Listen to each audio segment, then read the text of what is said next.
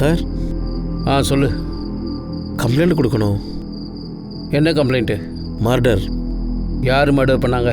இன்னும் நடக்கலை சார், நடக்க போகுது. யார் மர்டர் பண்ண போகிறாங்க? என்னதான் சார்? யார் உன்னை கொல்ல போகிறாங்க? அதை கண்டுபிடிக்க வேண்டியது உங்கள் வேலை சார். நீ உண்மையை தான் சொல்கிறியா? அதுதான் சார் என்னோட விதி.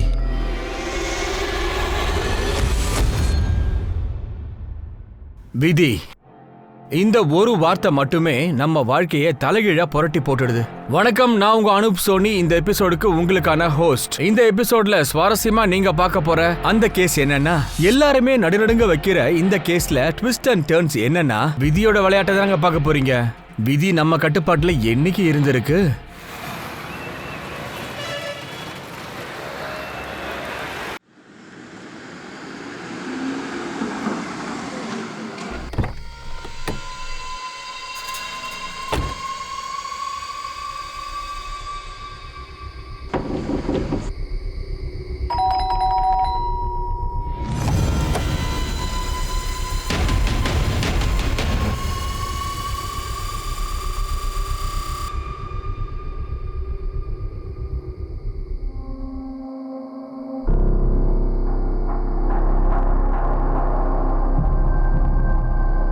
ரீமா, நீ உன் ரூமுக்கு போ. சரிங்க அண்ணா.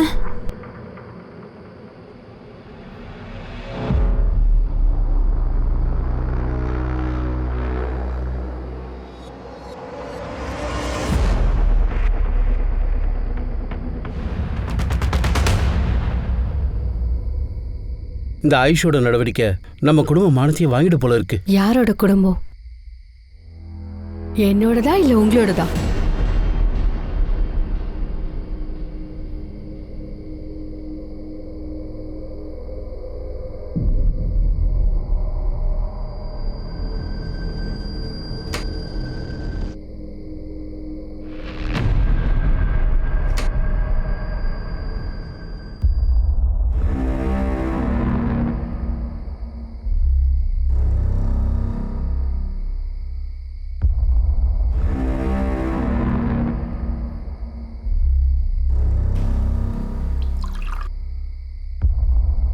ஏய் ரீமா, கொஞ்சம் ஐஸ் எடுத்துட்டு வரியா? சாரி அங்கிள், நான் ஐஸை கொண்டு வந்து வைக்க மறந்துட்டேன். பரவாயில்லம்மா, யார் தான் தப்பு பண்ணல.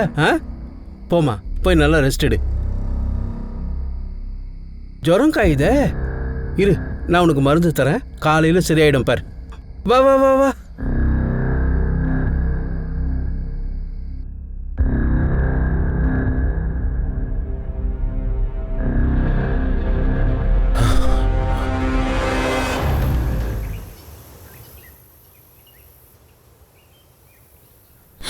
மம்மி, மோஹித் ரொம்ப மோசமானவர். அவரை நான் ரொம்பவே நம்பிட்டேன். அவன் சொன்ன வார்த்தையை நம்பி வீட்டை விட்டு போயிட்டேன். அவனை கல்யாணம் பண்ணி நான் ரொம்ப பெரிய தப்பு பண்ணிட்டேம்மா. ஒருவேளை நான் நீங்க சொன்னதை கேட்டிருந்தா இனிமே நான் எப்பவுமே அங்க போகவே மாட்டேம்மா.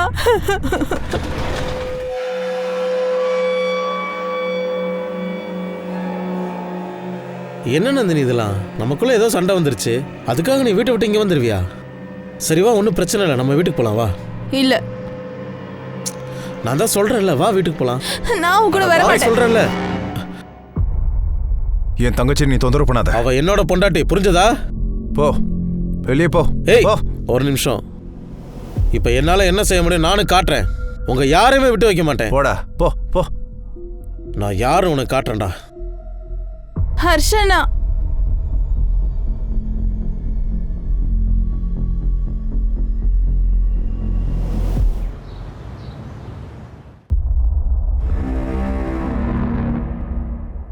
சுமி, பேஷண்ட்டை 3 மணி நேரம் அப்சர்வில் வச்சுக்க. பிபி சுகரை மானிட்டர் பண்ணிட்டே இரு. ஓகே, பார்த்துக்க. யா அப்பா, நீங்க என்னோட கிரெடிட் கார்டை பிளாக் பண்ணீங்க? பணத்தை செலவு பண்ணுறதுக்கு ஒரு லிமிட் இருக்கு. ஆனா நீங்க கொடுத்த லிமிட்ல தானே நான் செலவு பண்ணிருக்கேன். ஒரு மாசம் பண்ண வேண்டிய செலவை நீ ஒரு வாரத்திலே பண்ணிட்டு இருக்க. அப்பா, நான் சொல்றது கேளு. No more arguments. அப்பா, உங்க விருப்பப்படி இதெல்லாம் எவ்வளவு நாளுக்கு செய்ய போறீங்க? நான் உயிரோட இருக்கிற வரைக்கும் அப்படி தாண்டா பண்ணுவேன். சார், பிரதீப் சாருக்கு ஏதோ ப்ராப்ளம் ஆயிடுச்சு. அவருக்கு என்னாச்சு? சார், சீக்கிரம் வாங்க சார்.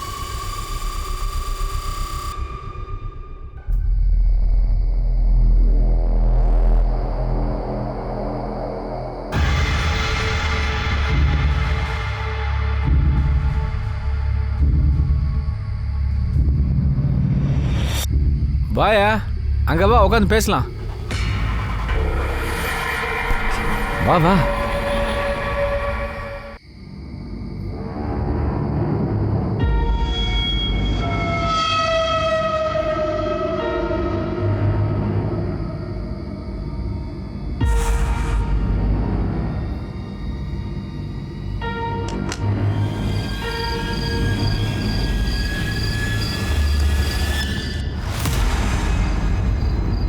யாரா அது? யார் நீ? ஏய் பின்னாடி போ. ஏய். போடான்னு சொல்றேன்ல. ஒழுங்கா தள்ளிப்போ.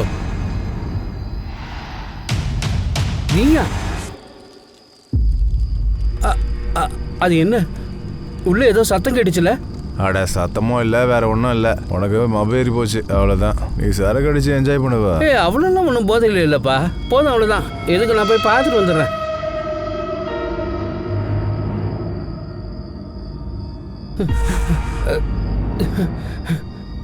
மத்திய பிரதேஷ்ல ரொம்ப பிரபலமான டாக்டர் சுஜித், அவருடைய மனைவி மாலினி மற்றும் அவர் மகள் நந்தினி இவங்களை ஈவு இறக்கம் இல்லாம கொண்டு இருக்கிறாங்க. எல்லாருமே பார்த்து பதட்டம் அடைச்சிட்டாங்க. இந்த டாக்டரோட குடும்பத்து மேல யாருக்கு அப்படி என்ன முன்விரோதம் இருந்திருக்கு, அதை கண்டுபிடிக்கணும். ரொம்ப கொடூரமான முறையில இந்த கொலைகள் நடந்திருக்கு. இந்த கொலைகளுக்கான பின்னணி தான் என்ன? இந்த கொடூர கொலை வெறி தாக்குதலை பண்ணது யாருன்னு கண்டுபிடிக்கணும். வீட்டில் யாரார் இருக்காங்க? நான் இருக்கேன் சார். அப்புறம் சுஜித் எங்களோட பையன் ஆயுஷ் இருக்கான் சார். அவங்க அவன் எங்கேயாவது வெளியில் போயிருக்கான் போல இருக்கு. நான் ஃபோன் பண்ணேன், லைன் கிடைக்கல சார்.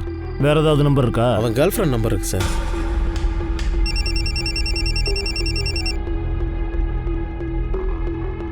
ராகேஷ் அண்ணனா? சொல்லுங்க ராகேஷ் அண்ணா. சஞ்சிதா, ஆயுஷ் அங்கே இருக்கானா? ஆயுஷ் இங்கே இல்லையே. ஒரு நிமிஷம். பேரை சொல்லி முடிக்கிறதுக்குள்ள சாத்தா வந்துட்டான். ராகேஷ் அண்ணா தான் லைன்ல இருக்காரு. உன் நம்பருக்கு லைன் கிடைக்கலையா? பேசு. சொல்லு ராகேஷ். நீ எங்கே இருக்க? சீக்கிரம் வா. இங்கே பெரிய பிரச்சனையா இருக்கு. போலீஸ் வந்திருக்காங்க. என்னது? Hey hi bro, thank you so much யா ஹெல்ப் பண்ணதுக்கு. அட இதெல்லாம் அப்புறமா பேசிக்கோங்க. ஆயுஷ் வீட்டில் போலீஸ் வந்திருக்காங்களாம். சரி வா சீக்கிரம். என்னது போலீஸ்?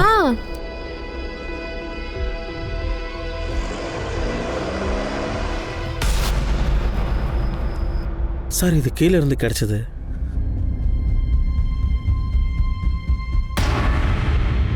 இந்த வீட்டில் யார் யார் வேலை செய்கிறீங்க? சார் நான் வாட்ச்மேனாக வேலை செய்கிறேன் சார். அப்புறம் மாலாவும் இங்கே தான் வேலை செய்கிறா. அவள் பகலில் வீட்டுக்கு போயிடுவா சார். வீட்டில் இவ்வளோ பெரிய தாக்குதல் நடந்திருக்கு. அப்போ நீ எங்கே இருந்த? அப்போ நான் இவன் கூட தான் இருந்தேன் சார். இவன் கூட நான் எங்கே இருந்த? பக்கத்தில் இருக்க பங்களாவில். உன் கூட தான் இருந்தானா? ஆமாம் சார், இவன் என் கூட தான் இருந்தான். அங்கே என்னடா பண்ணிட்டு இருந்த? சார் அது வந்து நான் குடிச்சிருக்கியாடா? இல்லை சொல்கிறா. வெளியே மெயின் கேட் திறந்தே கிடந்திருக்கு. நீ பக்கத்து பங்களாவில் போய் சரக்கு அடிச்சிருந்துருக்கல. ஆனால் உள்ள வீட்டுக்குள்ளே வரதுக்கான வாசல் இருக்குல்ல, இது ஓப்பனில் இருந்துச்சா இல்லை லாக் பண்ணியிருந்துச்சா? லாக் பண்ணி நல்லா தெரியுமா? ஆமாம்.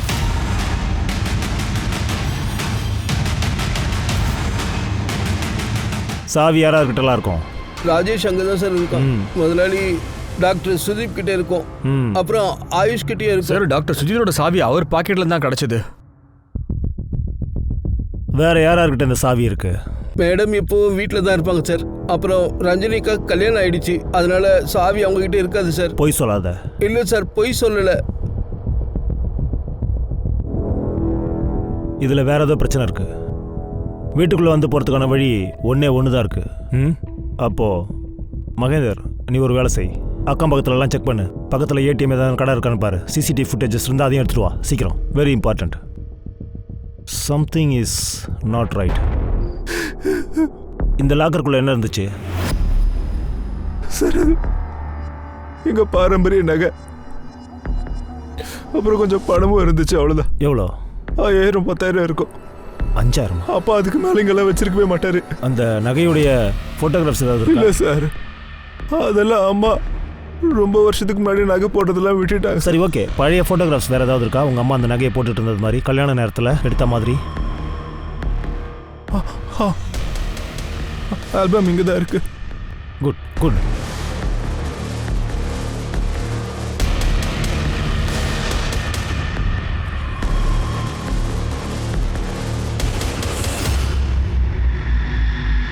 ஃபேமிலியோட டோட்டல் ரிப்போர்ட்டையும் கலெக்ட் பண்ணு. ஒரு வேளை ஏதாவது க்ளூ கிடைக்கலாம்ல.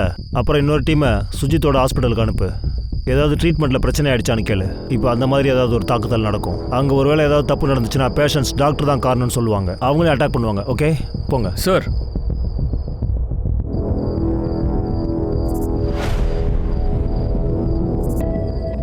ஹலோ, ஒரு ஷாப்போட அட்ரஸ் அனுப்புகிறேன். இன்னைக்கு சாயங்காலம் 7 மணிலேருந்து இது வரைக்குமான சிசிடிவி ஃபுட்டேஜ் அனுப்பி வச்சுறேன்.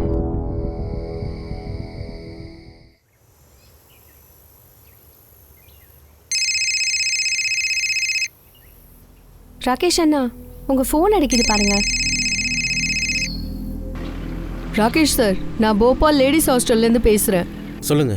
நாங்கள் இன்னைக்கு அட்டண்டன்ஸ் எடுக்கும்போது அப்பதான் தெரிஞ்சது ரீமா ரூம்லேயே இல்லைன்னு. நாங்கள் எல்லா பொண்ணுங்க கிட்டே விசாரிச்சிட்டோம். அப்பதான் சொன்னாங்க அவ ராத்திரியே காணாம போயிட்டான்னு. அது எப்படி நடந்திருக்கும்? அவள் எங்கே இருக்கா? நீங்கள் ஏன் இவ்வளோ கேர்லெஸ்ஸாக இருந்திருக்கீங்க? உடனே அவளோட மொபைலுக்கு கால் பண்ணுங்க. அவளோட மொபைல் அவளோட பில்லோ கடியிலேருந்து தான் கிடைச்சிருக்கு. நான் இங்கே லோக்கல் போலீஸ்க்கு இன்ஃபார்ம் பண்ணிட்டேன். ரீமாவுக்கு மட்டும் ஏதாவது ஒன்று ஆச்சு, நான் உங்கள் யாரையுமே சும்மா விட மாட்டேன்.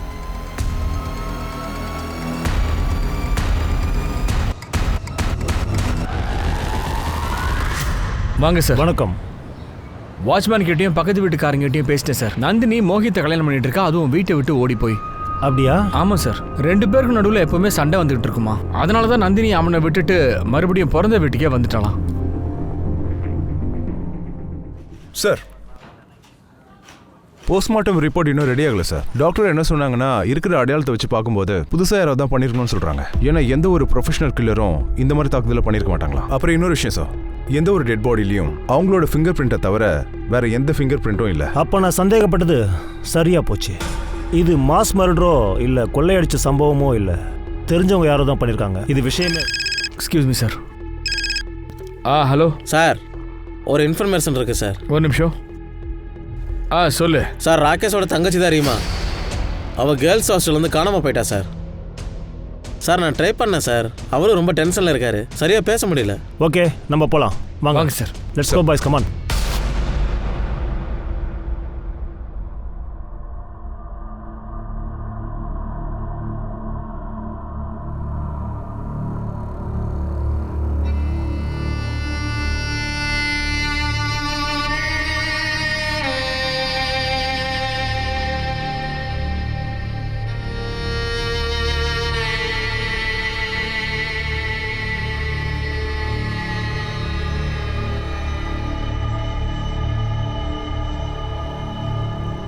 இங்க பாரு.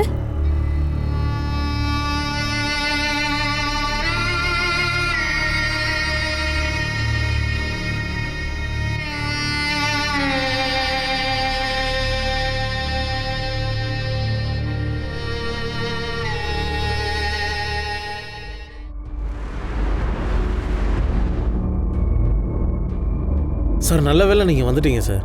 சார், என் தங்கச்சியும் காணாமல் போயிட்டா போபால் ஹாஸ்டல்லேருந்து. உன் தங்கச்சி பேர் என்ன? ரீமா. ஒரு வேலை செய், ரீமாவோட ஃபோட்டோ எடுத்துக்க. எல்லா போலீஸ் ஸ்டேஷன்லையும் கான்டாக்ட் பண்ணு. உன்னுடைய மொபைல் போலீஸையும் கான்டாக்ட் பண்ணு. அப்புறம் இன்ஃபார்மர்ஸையும் சொல்லு.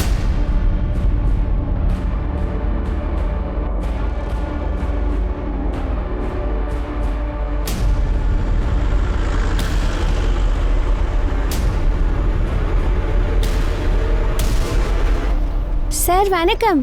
வணக்கம் தம்பி. நீங்க போலீஸ் இன்ஸ்பெக்டர் தானே? ஆமாப்பா. ஒரு லெட்டர் இருக்கு. லெட்டரா? யார் கொடுத்தாங்க?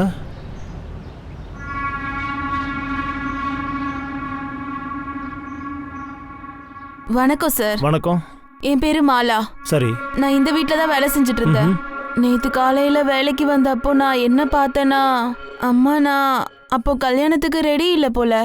காதலிக்கும் போது நான் மோஹித் தான் இந்த உலகத்திலே ரொம்ப நல்ல பையன்னு நினச்சேன். அவனை கல்யாணம் பண்ணிக்கிட்டா நான் எப்போவும் சந்தோஷமா இருக்கலாம்னு நினச்சேன். ஆனால் உண்மை வேற மாதிரி இருக்கு. அப்படின்னா நீங்க 1.5 வருஷமா சண்டை தான் போட்டுட்டு இருந்தீங்களா?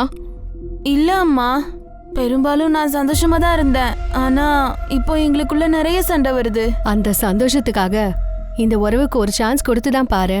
நீ வேணா பாரு, இந்த சந்தோஷம் திரும்ப வந்துடும். சார், அம்மா சொன்னதை கேட்டு நந்தினி காலையிலே அவங்க வீட்டுக்கு போயிட்டாங்க சார். என்னது? ஆமாம் சார்.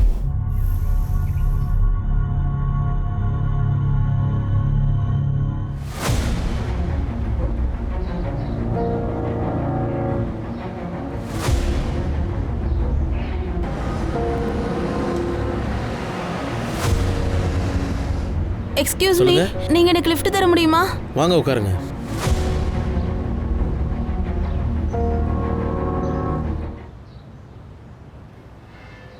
எவ்வளோ ஆச்சு? 50 ரூபா சார்.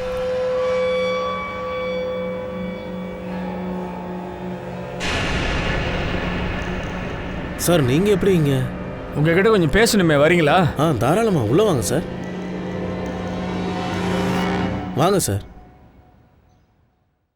சார் நேற்று ராத்திரி நான் கொஞ்சம் தனியாக இருந்ததுனால வாங்க சார் உட்காருங்க சார். சார் நானே உங்களை பார்க்க வரணும்னு நினச்சிட்டு இருந்தேன்.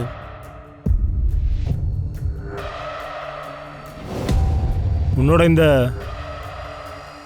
ஷர்ட் இங்கேயே கிடக்குது. நீ நந்தினியை எப்போ பார்த்த, எங்கே பார்த்த? சார் அது சார் நான் சின்னதாக ஒரு தப்பு பண்ணிட்டேன். நேற்று நந்தினி இங்கே வந்திருந்தா.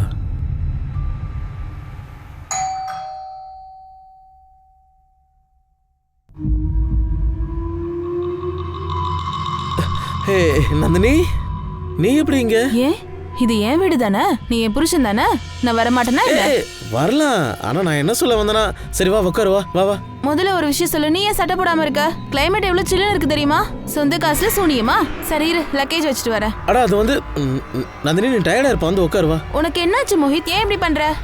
அப்புறம் என் பெட்ரூம்குள்ள என்ன போக ஏன் விட மாட்டற? லக்கேஜ் வச்சுட்டு வர இரு. நந்தினி நந்தினி நான் சொல்றது கேளு. அது வந்து நந்தினி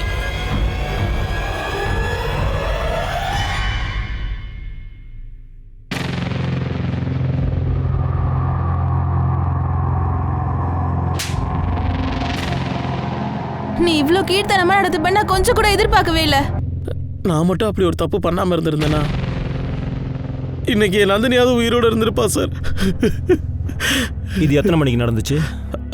அது மதியானம் ஒரு 2:30-3 மணி இருக்கும் சார். நந்தினியுடைய மர்டர் நைட்டு 9 மணிக்கு தான் நடந்திருக்கு. 2 மணிக்கும் 9 மணிக்கும் நடுவில் உனக்கு நந்தினியை காண்டாக்ட் பண்ணணும்னு தோணவே இல்லையா? சார் நிறைய தடவை நான் அவளுக்கு கால் பண்ணேன், ஆனால் என்னோட ஒரு கால் கூட அவள் அட்டன் பண்ணல சார். அதுக்கப்புறம் எனக்கு அவ செத்துட்டான்னு தான் சார் கால் வந்தது.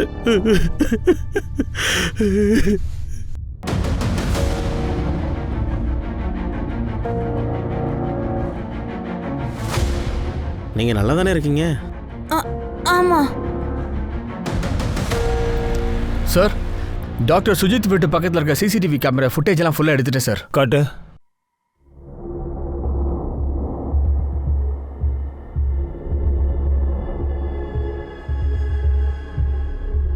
இதிலிருந்து தெளிவாக எதுவுமே தெரியல.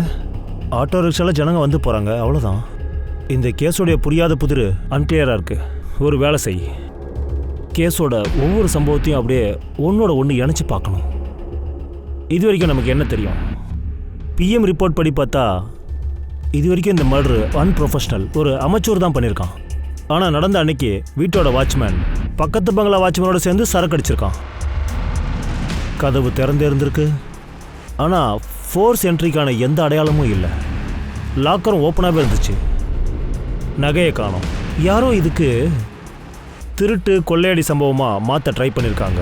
ஆனால் இருக்கிற எல்லா சர்க்கம்ஸ்டன்ஷியஸ் எவிடன்ஸஸும் இது தப்புன்னு சொல்லுது. சரி, டாக்டர் ஏதாவது வேற யார் கூடவாவது ஏதாவது விரோதம் இருந்துச்சா? இல்லை சார். ஹாஸ்பிட்டலில் யார் கூடவாவது இதுக்கு முன்னாடி ஏதாவது சண்டை போட்டிருக்காரு? சார், நான் ஹாஸ்பிட்டலில் போய் விசாரிச்சு பார்த்துட்டேன். டாக்டர் சுஜித் சாரை கடவுள் மாதிரி எல்லாரும் பார்ப்பாங்க. சார் எப்போவுமே எந்த தப்பும் பண்ணதில்லை சார். டயக்னோசிஸ்லையும் சரி, ஆப்ரேஷன்லையும் சரி அவருக்கு 100% ரெக்கார்டு இருக்கு. டாக்டர் சுஜித் அவரோட ஸ்டாஃப்ஸை ரொம்ப நல்லா பார்த்துப்பாரு. இன்ஃபேக்ட் அவர் ஃபேமிலி மாதிரி பார்த்துப்பாரு. டாக்டர் மேலே ஹாஸ்பிட்டல் ஸ்டாஃப் எல்லாருக்குமே நல்ல மரியாதை சார். சார், சிடிஆர் ரிப்போர்ட் வந்திருக்கு சார். ரிப்போர்ட் படி பார்த்தா அந்த சம்பவம் நடக்கும்போது அந்த மொகி தான் வீட்டில் தான் இருந்திருக்கான். அப்புறம் ஆயுஷோட மொபைல் சுவிச் ஆஃப்ல இருந்திருக்கு சார். அப்புறம் ராகேஷ் அந்த நேரத்தில் தான் வீட்டுக்கு வந்திருக்கான். டைம் தான் கொஞ்சம் முன்ன பின்ன. ஆயுஷோடைய மொபைல் சுவிச் ஆஃப் ஆனது தற்செயலானதாக இருக்காது. ஒரு வேலை செய், ராகேஷ் அப்புறம் ஆயுஷை க்ளோஸாக வாட்ச் பண்ணு. அவங்க தங்கச்சி ரீமா பற்றி ஏதாவது தெரிஞ்சுதா? இல்லை சார், ஒன்றும் தெரியல சார்.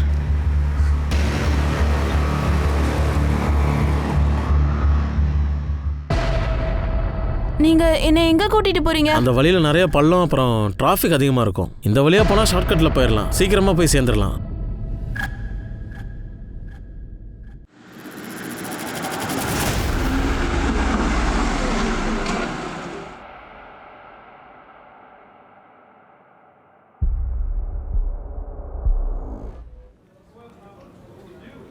சார் நான் உள்ளே வரலாமா?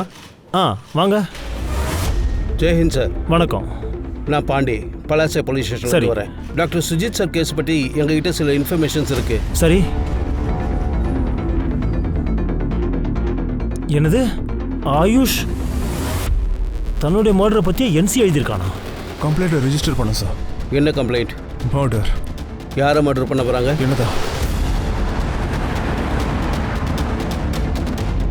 ஆயுஷ், சொல்லுங்க சார். நீ பலாசியா ஸ்டேஷனில் என்சி பண்ணியா? உன் உயிருக்கு ஆபத்துன்னு சொன்னியா? யாரால ஆபத்து?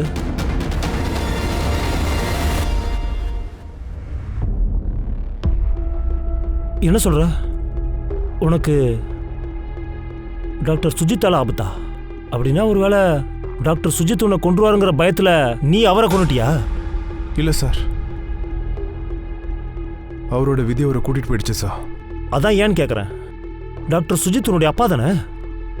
அவர் எதுக்காக உன்னை கொள்ளணும்? அந்த விஷயத்தை என்னால் சொல்ல முடியாது சார். பரவாயில்ல, எதையும் நாங்கள் கண்டுபிடிச்சிருவோம்ல. எல்லா ரகசியமும் வெளியில் வந்துடும். மரணத்துக்கான ரகசியம், நகைகள் திருட்டு போனது, எல்லா முகமுடியையும் கிழிச்சு எறிஞ்சிருவேன். உண்மை அப்போ தானாக வெளியில் வரும் பாரு. நானும் அதுதான் எதிர்பார்த்துக்கிட்டு இருக்கேன். ஆனால் உண்மை எங்கள் கையில் வந்து சேர்ந்துருச்சுன்னா அப்போ உன் நிலைமை என்ன ஆகும்? ரொம்ப வருத்தப்படுவேன். வருத்தப்படுறதுக்கு என்கிட்ட நிறைய விஷயங்கள் இருக்கு சார். அதெல்லாம் உங்ககிட்ட சொல்லி எந்த பிரயோஜனமும் இல்லை. ஆயுஷ் எதையோ மூடி மறைக்கிறான். அவன் ஃபேமிலியில் ஏதோ ஒரு விஷயம் இருந்திருக்கு. அதன் காரணமாக ஆயுஷ் தன்னுடைய என்சிஏவை கொடுத்துருக்கான். அவன் எல்லா விஷயத்தையும் சொல்லலை, ஆனால் அவனை சொல்ல வைக்கணும். Alright, as soon as possible கண்டுபிடிங்க.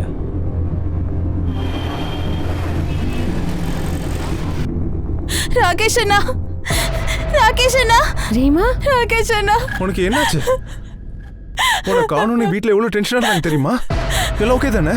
ஆயுஷ் இங்க பாரு.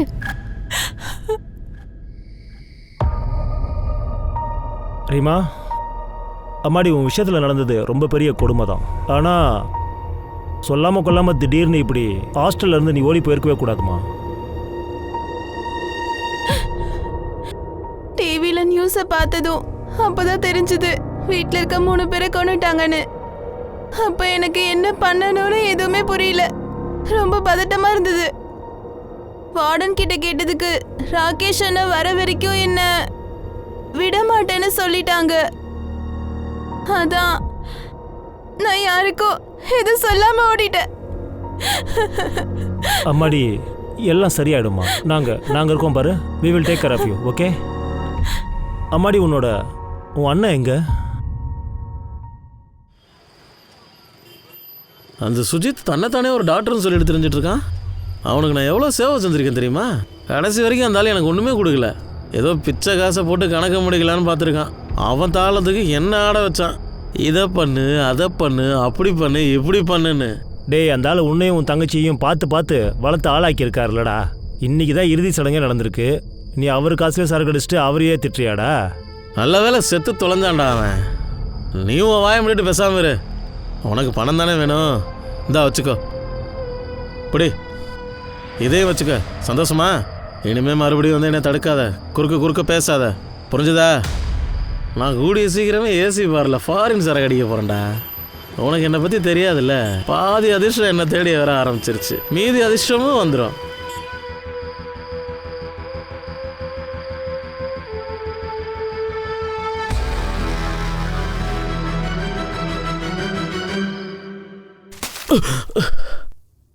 போதை இறங்கிடுச்சாடா?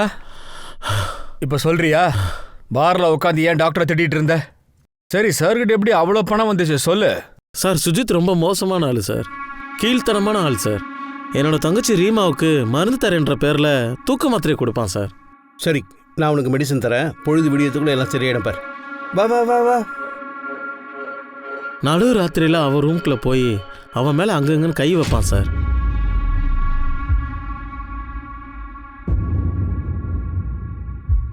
சுஜித்,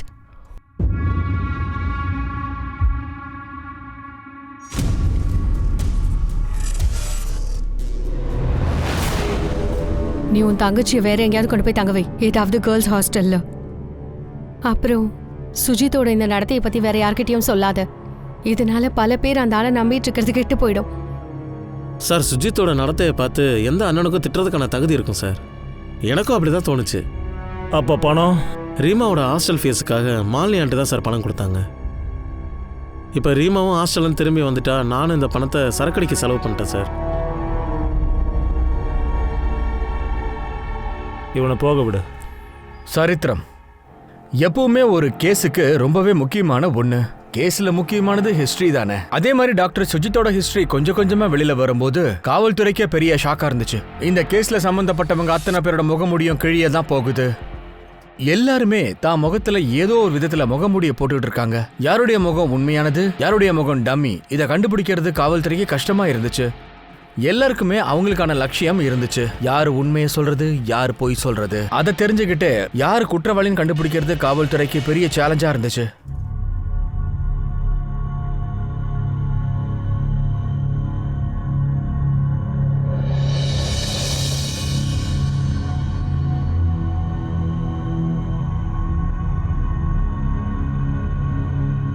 இந்த லிஸ்ட்ல எவ்வளவு நம்பர்ஸ் இருக்கோ?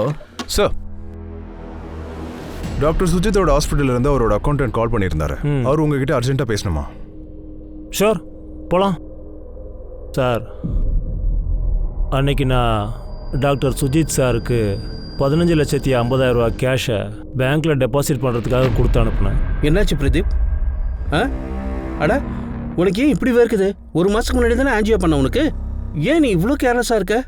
கண்டிப்பாக உன்னோட பிபி அதிகமாக இருக்கும் போல இருக்கு. சிஸ்டர், உடனே இவனுக்கு அட்மிட் போடுங்க. நான் மெடிசன்ஸ் எழுதி தரேன், அதை உடனே கொடுங்க. 3 நாளைக்கு நீ எந்த வேலைகளும் செய்யக்கூடாது. சார், வேணும்னா நம்ம பேங்க்கில் கேஷை டெபாசிட் பண்ணிட்டு வந்துட்டுமா? ரொம்ப பெரிய அமௌண்ட் இருக்குது சார். 15 லட்சம் ரூபாய் இருக்குது. பணத்தை டெபாசிட் பண்ணிட்டு வந்து அட்மிட் ஆகிடுறேன். பேங்க்கில் கேஷ் டெபாசிட் பண்ண அவ்வளோதானே? நான் வீட்டுக்கு போகிற வழியில் பண்ணிடுறேன். வா, நீ வா என் கூட. எனக்கு ஹார்ட் ப்ராப்ளம் இருக்குது. அதனால தான் யாருமே என்கிட்ட இந்த விஷயத்த சொல்லலை. சுஜித் சார் அப்புறம் அவங்க ஃபேமிலியை மர்டர் பண்ணிட்டாங்கன்னு. ஆனால் எப்போ எனக்கு அந்த விஷயம் தெரிய வந்துச்சோ, நான் முதல்ல என்னுடைய பேங்க் அக்கௌண்ட்டை தான் செக் பண்ணேன். ஆனால் பேங்க்கோட ஸ்டேட்மெண்ட்டை வச்சு பார்க்கும்போது அதில் அந்த 15 லட்ச ரூபாய் இல்லை. ஆமாம் சார், டாக்டர் சுஜித் இங்கே வந்திருந்தாரு கேஷை டெபாசிட் பண்ணுறதுக்காக. ஆனால் டிரான்சாக்ஷனுக்கான டைம் முடிஞ்சிருச்சு. அதனால அவரோட கேஷை நாங்கள் டெபாசிட் பண்ண முடியல.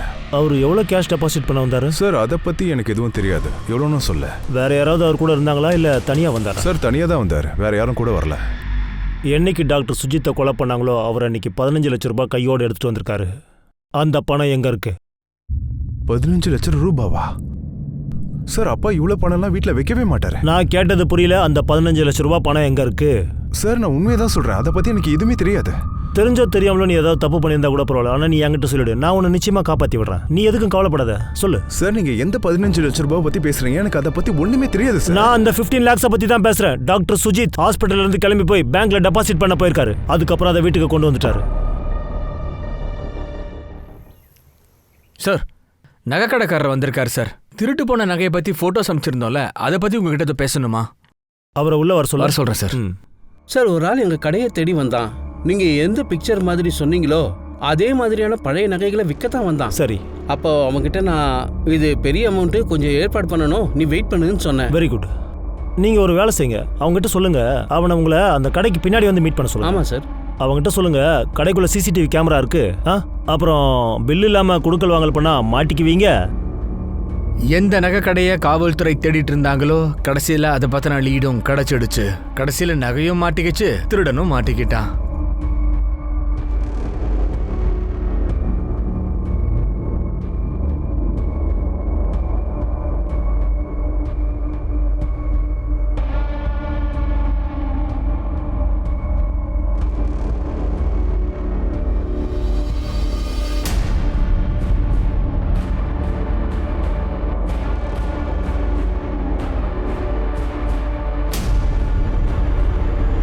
நகையை கொண்டு வந்திருக்கியா?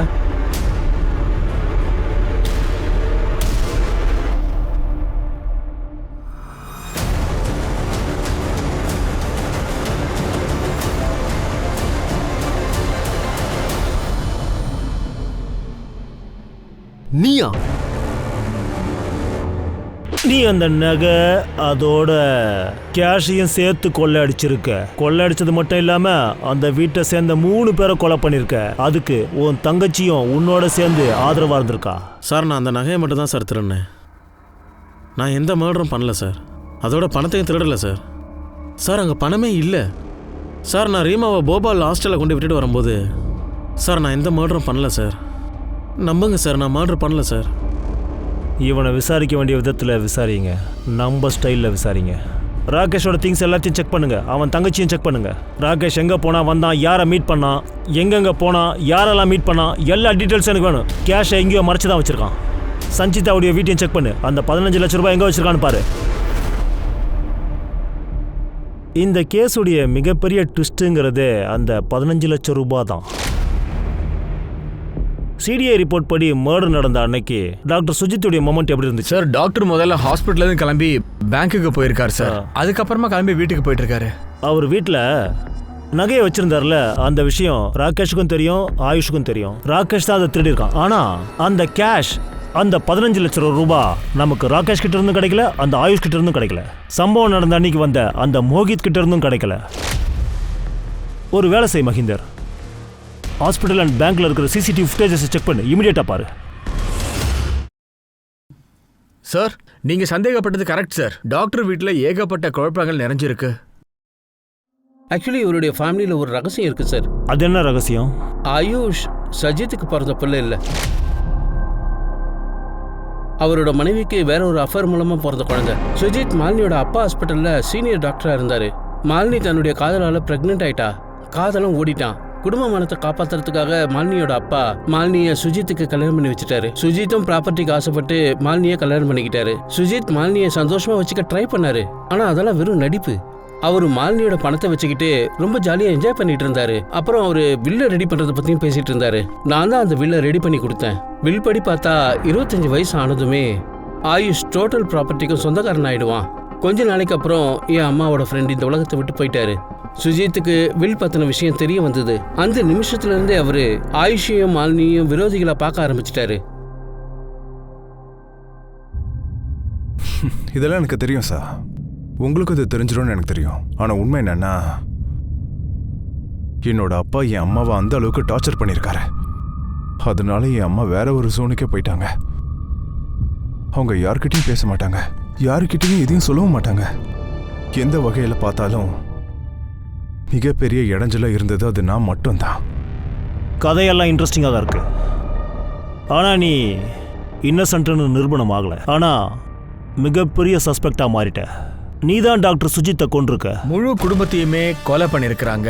18 லட்சம் ரூபாயை கொள்ளை அடிச்சிருக்கிறாங்க. அங்க பாலியல் ரீதியாவும் தொல்லைகள் நடந்திருக்குது. இத பார்க்கும்போது என்ன தோணுதுன்னா, போலீஸ்க்கு இப்போ ஒரு பெரிய சவாலே காத்திருக்கு. ஒன்னோட ஒண்ணு எல்லாமே ரொம்ப நெருக்கமா இணையப்பட்டிருக்கு. இப்போ கேள்வி என்னன்னா, போலீஸால இந்த புரியாத புதிரை சால்வ் பண்ண முடியுமா? இங்கே பாரு. வணக்கம் சார். வணக்கம். வணக்கம்பா. வணக்கம். பெரிய பையன் ஆனதுக்கப்புறம் என்னவா ஆவ? உங்களை மாதிரி தான் போலீஸ்காரன் ஆயிடுவேன். என்ன மாதிரி போலீஸ்காரன் ஆயிடுவியா? சட்டையில் இருக்கிற பட்டனியா நீ மாற்றி மாற்றி போட்டு வச்சிருக்கிய. போலீஸ்காரனா ரொம்ப நீட்டாக ட்ரெஸ் பண்ணியிருக்கணும். அம்மா வேலைக்கு போயிட்டாங்க, அதனால நானே இதில் போட்டுக்கிட்டேன். உன்னுடைய இந்த பட்டன் மற்ற பட்டன்ஸோட மேட்ச் ஆகலையே. அது மம்மி தான் தனியாக ஃபிக்ஸ் பண்ணாங்க. உங்களுக்கு இந்த பட்டன் எங்கேருந்து கிடைச்சது? இந்த கேஸ்ல சஸ்பெக்ட்ஸ் ரொம்ப அதிகமாயிட்டாங்க. தீர்க்கறதுக்கான கஷ்டமும் அதிகமாயிடுச்சு. எங்க சுத்தினாலும் போலீஸுக்கு லீடு கிடைக்கவே இல்லை. குற்றவாளியின் விளையாட்டு ரொம்ப சாதுரியமா இருக்கு. பக்கத்துல இருந்துகிட்டே கண்கள்ல மண்ணு தூவிட்டான். உன்னோட ஷர்ட் எங்க இருக்கு? சார் இந்த பங்களாவோட காம்பவுண்ட் வால்ல இந்த ட்ரெஸ்ஸோட ஒரு பகுதி இருந்துச்சு சார். அதுல இருந்த பட்டன் நல்லா இருந்துச்சு, அதனால தான் எடுத்துக்கிட்டேன். அந்த துணியுடைய இன்னொரு பீஸ் எங்க? பட்டனை எடுத்துக்கிட்டு அங்க தூக்கி போட்டேன். அப்போ போய் எடுத்துட்டு வாங்க, போங்க. இதோ இருக்கு சார். சரி, நீங்க போலாம்.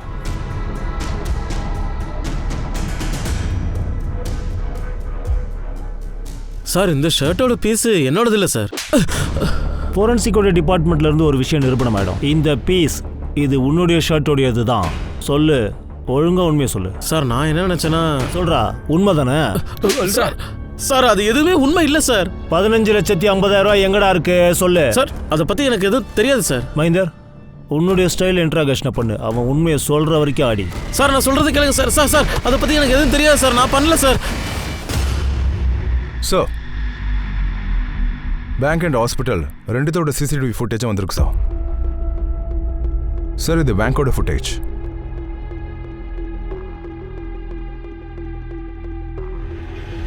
அவன் இங்கே என்ன பண்ணுறான்?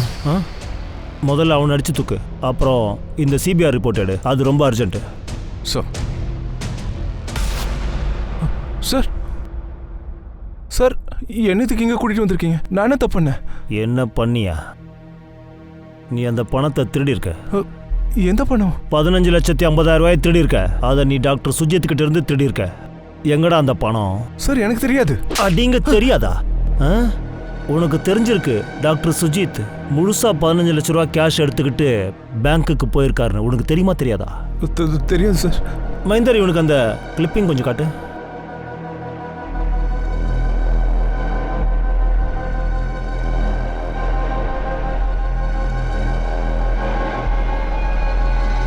சொல்றா, நீ அப்போ அங்கே என்னடா பண்ணிட்டு இருந்த சுஜித்துடைய வீட்டில்? சார் அது நாங்கள் போகவே இல்லை சார். எங்ககிட்ட எல்லாத்துக்கும் எவிடன்சஸ் இருக்கு, புரிஞ்சுதா? டைம், லொக்கேஷன் எல்லாத்துக்கும். உன்னுடைய மொபைல் தானாக நடந்து அவருடைய வீட்டுக்கு போகலல்ல? சொல்லு சொல்றா.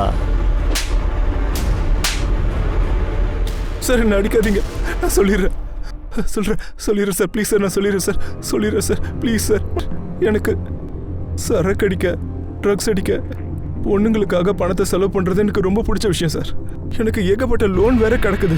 நான் யார்கிட்ட லோனில் வாங்கினோ அவங்க என் உயிரியை எடுக்க தயாராகிட்டாங்க. அவங்கள என்னை கொன்றுவோன்னு என்னை மிரட்டினாங்க சார் அவங்க. சார் நான் ரொம்ப டென்ஷன் ஆகிட்டேன். எனக்கு என்ன பண்ணுறது ஏது பண்ணுறதுனே தெரியல. இந்த டைம் சுஜித்துக்கிட்ட அவ்வளோ பணத்தை பார்த்ததுமே அந்த மொத்த பணமும் எனக்கு கிடச்சதுன்னா நான் என் உயிரை காப்பாற்றிலாம் நினச்சேன். நான் ராஜேஷை பல தடவை பார்த்துருக்கேன். அவர் தன்னோட வீட்டு சாவியை தன்னோட காரோட சாவியை சேர்த்து ஒரே கீச்சனில் தான் போட்டு வச்சிருப்பாரு. அப்போ தான் நான் பிளான் பண்ணேன். ஏதோ ஒரு வகையில் ஆயுஷோட காரை எடுத்துக்கிட்டேன். யாருமே இல்லாத ஏரியாவில் காரை பார்க் பண்ணேன். நான் கத்தி வாங்கினேன். மங்கி கேப் போட்டுக்கிட்டு சுஜித் அங்கிள் வீட்டில் பொந்துட்டேன் சார். சாவி வச்சு கதவை திறந்தேன். நேராக அவர் ரூம்க்கே போயிட்டேன். நான் லாக்கர்கிட்ட போய் பார்த்தா எதிர்பாராத விதமாக சுஜித் அங்கிள் அங்கே தான் நின்றுக்கிட்டு இருந்தாரு. ஏய், பின்னாடி போன்னு சொல்கிறேன்ல. நீயா? எவ்வளோ நாளா இந்த வேலைடா? ஏய்,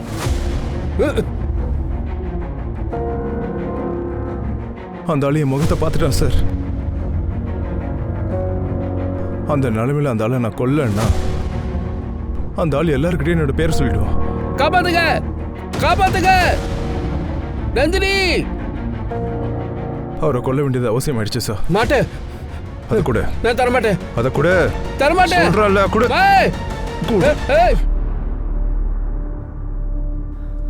சந்தேக பட்டியல் ரொம்ப பெருசாயிட்டே போனாலும் காவல்துறை இதை ரொம்ப சாதுரியமா ஹேண்டில் பண்ணி கேஸை முடிச்சிட்டாங்க. உண்மையான குற்றவாளிய எவிடன்ஸோட கோர்ட்ல பிரசன்ட் பண்ணிட்டாங்க. சட்டப்படி அவனுக்கு சரியான தண்டனை கிடைச்சிடுச்சு. இதெல்லாம் பார்க்கும்போது ஒரு விஷயம் நமக்கு தோணுது. எல்லாருமே முன்னாடியே கொஞ்சம் அலர்ட்டா இருந்திருந்தா நல்லா இருந்திருக்கும் இல்லையா?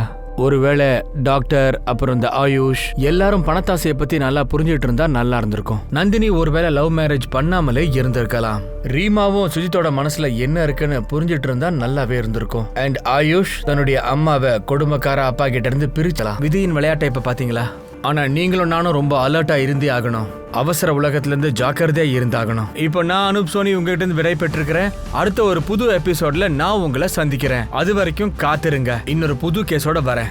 ஞாபகம் இருக்கட்டும், குற்றத்திற்கும் நமக்கும் இடையே இருக்கிறது ஒரு சின்ன நூழிலை கேப் தான். அதனால அலர்ட்டா இருங்க, ஜாக்கிரதையா இருங்க, பாதுகாப்பாவும் இருங்க. ஜெய்ஹிந்த்.